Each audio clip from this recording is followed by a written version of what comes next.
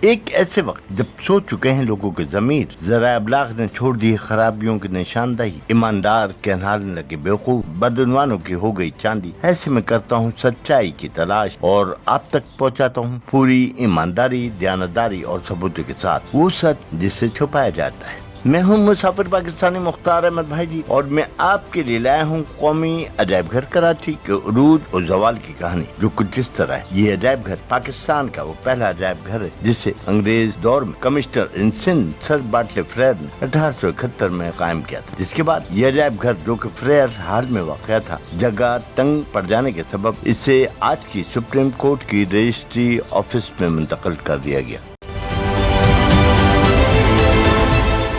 اور چونکہ یہ پاکستان بھر میں وہ واحد عجائب گھر تھا، لہٰذا ملک بھر سے ملنے والے نوادرات کے خزینے جمع ہونے کی وجہ سے چھوٹا پڑنے لگا، جس کی وجہ سے کابینہ نے ایک عجائب گھر کی تعمیر کی منظوری دی، اور پھر اس منظوری کے بعد اولڈ بنس گارڈن میں نہ صرف اس کی تعمیر ہوئی بلکہ 1971 میں پاکستان کے صدر جنرل محمد یحییٰ خان نے اس کا افتتاح بھی کر دیا۔ ایک طویل عرصے تک عجائب گھر کے حوالے سے کسی ادارے کے درمیان کوئی جنگ نہیں ہوئی، مگر پھر اچانک وفاقی حکومت، سندھ حکومت اور بلدیہ عظمیٰ میں حق ملکیت کے حوالے سے جھگڑے شروع ہو گئے۔ معاملہ عدالت تک جا پہنچا۔ قومی عجائب گھر کی انتظامیہ اور وکیلوں کی جانب سے کوئی ٹھوس ثبوت پیش نہ کیے جانے پر اسے بلدیہ عظمیٰ کا حصہ قرار دے دیا گیا۔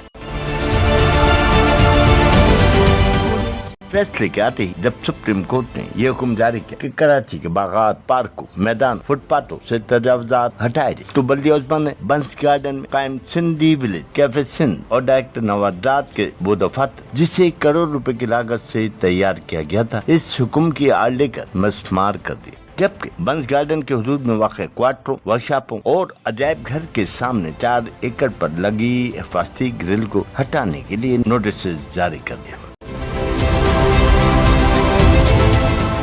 جس کے تحت عجائب گھر کی انتظامیہ نے اپنی مدد آپ کے تحت 4 ایکڑ پر لگی گرل کو مسمار کر دیا۔ اب میں آتا ہوں اصل بات کی طرف کہ قومی عجائب گھر وفاق کی ملکیت ہے صوبے کی یا پھر بلدیہ عظمیٰ کی، تو اس سلسلے میں تلاش کے بعد اہم دستاویزات ہاتھ لگے ہیں، جس کی روح سے قومی عجائب گھر غیر قانونی بلکہ سراسر قانونی۔ یہ ہے 9 جنوری 1959 کو جاری کیا جانے والا وہ مراسلہ جس میں میونسپل کمشنر نے بلدیہ کے قانون 232 کے تحت بنس گارڈن کی جگہ کو وزارت تعلیم کے حوالے کر دی۔ کیونکہ اس وقت عجائب گھر وزارت تعلیم کے زیر اثر آتا تھا، لہٰذا جلد ہی عجائب گھر کی تعمیر کا کام بھی شروع ہو گیا، اور اسی لیٹر میں میونسپل کمشنر نے آرٹس کونسل آف پاکستان کو بھی جگہ دینے کی ہدایت کی، جس کے بعد قومی عجائب گھر اگر بنس گارڈن کے سامنے والے حصے کو سنبھالتی تھی تو بلدیہ عظمیٰ کے کارندے پردہ پارک کے انتظامات کو سنبھالتے تھے۔ انہی دستاویزات میں ایک ایسا نقشہ بھی دریافت ہوا ہے جس میں بنس گارڈن اور قومی عجائب گھر کراچی کے حدود عربے کا تعین کیا گیا۔ دلچسپ بات یہ ہے کہ اس نقشے میں قومی عجائب گھر میں ایک قبر کی موجودگی کی نشاندہی کی گئی ہے، مگر اس قبر کے حوالے سے کسی کو کوئی معلومات نہیں۔ اس کے علاوہ دستاویزات کی صورت میں ملنے والے دیگر خطوط سے بھی یہ بات ثابت ہو جاتی ہے کہ قومی عجائب گھر کسی طور پر تجاوزات کا حصہ نہیں، اس کی اپنی ایک قانونی